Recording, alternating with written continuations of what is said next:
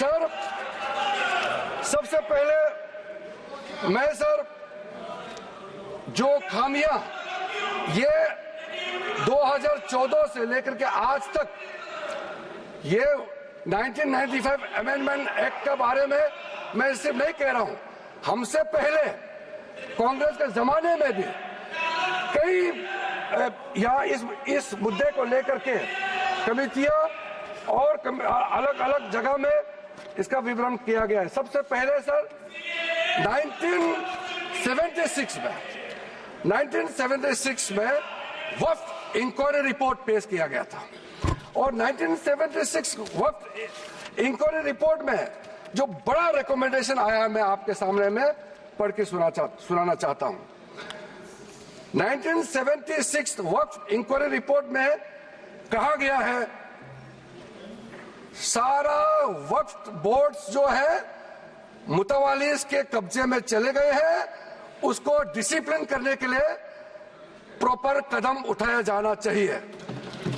1976 वक्फ inquiry report का दूसरा recommendation है लिटिगेशंस और केसेस जो आपस में मतभेद इतना ज्यादा है उसको सरल करने के लिए ट्राइब्यूनल सिस्टम को गठन होना चाहिए, उस समय का रिकमेंडेशन था। फिर उसने तीसरे पॉइंट ये कहा कि ऑडिट और अकाउंट्स, वक्फ बोर्ड में ऑडिट और अकाउंट्स का तरीका प्रॉपर नहीं है, उसका पूरा प्रबंधन होना चाहिए, ये उस समय का रिपोर्ट में कहा गया है। और आखिरी में it recommended the reforms in the category of waqf al aulad, बच्चों के लिए जो हम वक्फ देते हैं उसको सुधार लाना चाहिए, ये 1976 का रिपोर्ट में कहा गया है। उसके बाद सर जो हम आज थोड़ा विस्तार में जिसको मैं बताना चाहता हूं दो कमेटियों के बारे में। ये दो कमेटी कांग्रेस के समय में ही बनाया गया था। सबसे पहले high level committee under justice Rajendra Sachar, ये सर 9 मार्च 2005 में गठन किया गया था, यूपीए का सरकार आ चुके थे और ये स्पेसिफिक मुसलमानों के लिए उनके वेलफेयर के लिए ये गठन हुआ। और सच्चर कमेटी का जो रिपोर्ट है ये हम सब मालूम है, मैं सिर्फ रेलेवेंट पोर्शन आज इस सदन में बताना चाहता हूं। सच्चर कमेटी का जो पहला रिकमेंडेशन है इसमें कहा गया है एनुअल इनकम जितना वक्फ बोर्ड का प्रॉपर्टीज है 4.9 लाख रजिस्टर्ड वक्फ प्रॉपर्टीज, ये सिर्फ 163 करोड़ ही आमदनी जनरेट होता है, ये किसी भी रूप से जस्टिफाई नहीं किया जा सकता है। और इसको एफिशिएंट तरीके से मार्केट तरीके से जिस तरीके से मैनेज होना चाहिए सारा वक्फ प्रॉपर्टी को, अगर सही माने में उस समय उन्होंने कहा उस सच्चर कमेटी ने, तो उस समय 12,000 करोड़ रुपया पर एनम मिलता है और उस समय जनरेट हो रहा था 162 करोड़। लेकिन मैं साथ साथ ये भी कहना चाहता हूं क्योंकि वो कमेटी की रिपोर्ट है और मैं माइनॉरिटी अफेयर्स का मंत्री होने के नाते जो हम लोगों ने स्टडी किया है, टोटल 8,72,320 वक्फ प्रॉपर्टीज हमारा जो वामसी जो पोर्टल है उससे पूरा डिटरमिन नहीं किया जा सकता है, लेकिन उसका मार्केट वैल्यू सच्चर कमेटी ने जो कहा है उससे कई गुना अधिक होने का संभावना है। ये एक आम अंडरस्टैंडिंग की बात है, सबको मालूम है वक्फ के पास कितना प्रॉपर्टी है, वक्फ बोर्ड के पास और कितना आमदनी है। दूसरा सर सच्चर कमेटी का रिकमेंडेशन,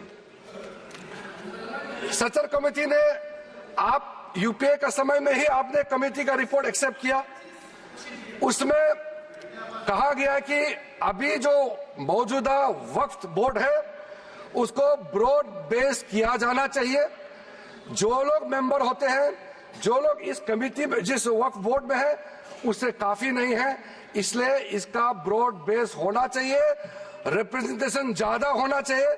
ये सच्चर कमेटी का रिपोर्ट का पहला नंबर पॉइंट है।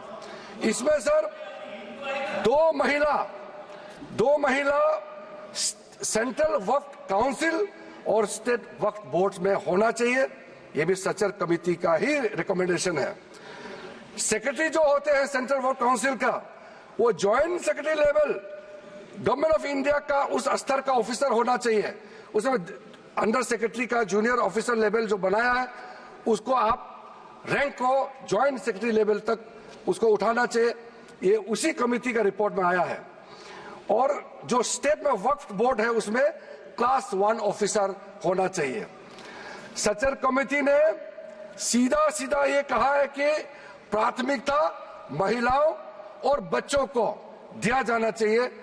हम आज का जो बिल आपके सामने में पेश कर रहे हैं, ये उसी सचर कमेटी का रिपोर्ट के अनुसार 100% हम यहाँ आपके सामने में लाया जा रहा है।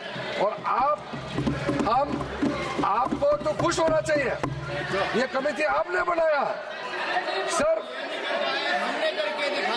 सर ये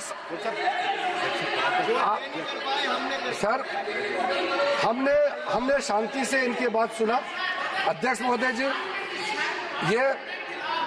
ये सीनियर मेंबर है, इस तरह से बीच में उनकी बोलना ठीक बात नहीं है। आपको तो नियम मालूम है सर। दूसरा कमेटी ज्वाइंट पार्लियामेंट्री कमेटी, जो ज्वाइंट पार्लियामेंट्री कमेटी कॉन्स्टिट्यूट किया गया है, जिसका अध्यक्षता के रहमान खान जी, उस समय कैबिनेट मिनिस्टर भी रहे, माइनॉरिटी अफेयर्स मिनिस्ट्री का भी मंत्री रहा है, उनके डिप्टी स्पीकर भी रहा, डिप्टी चेयरमैन राज्यसभा में रहा है, और उन्हीं के अध्यक्षता में पूरा पार्टी के सदस्य हमारा भारतीय जनता पार्टी से भी मेंबर थे। उस जेपीसी में सर सीधा वक्फ बोर्ड के बारे में कहा गया है, कोई इंफ्रास्ट्रक्चर ठीक तरीके से नहीं है, वहां मैन पावर टोटली इनसफिशिएंट है, इनकम्पिटेंट है, और फंड इतना कम है, सही मैनेज नहीं किया गया है। इस तरीके से वक्फ बोर्ड नहीं चल सकता है। दूसरा, मुतवालीस के बारे में कहा है कि लगता है सारा वक्फ बोर्ड का ध्यान किसको मुतवाली बनाना है और उसको कैसे हटाना है, इसी में केंद्रित है, इसलिए इसका प्रावधान को हटाना चाहिए। फिर कहा गया है डॉक्यूमेंट, महत्वपूर्ण डॉक्यूमेंट जितने भी हैं उसको प्रॉपर से मेंटेन करने का भी प्रावधान वक्फ बोर्ड में नहीं है, उसको किया जाना चाहिए। और वक्फ बोर्ड मौजूदा जितना है देश भर में, उसको फिर से सर्वे होना चाहिए, और गरीब मुसलमानों के लिए और वक्फ बोर्ड का अपना अंदर में सही चीज का, चाहे वो लीगल मैटर हो और कोई भी चीज हो, उसका एक्सपर्ट्स, लॉयर्स, वहां उनका एक्सपर्ट लोगों का और भी लोगों को अंदर लाने का जरूरत है, ताकि वो ज्यादा चुरुस्त दुरुस्त हो सके।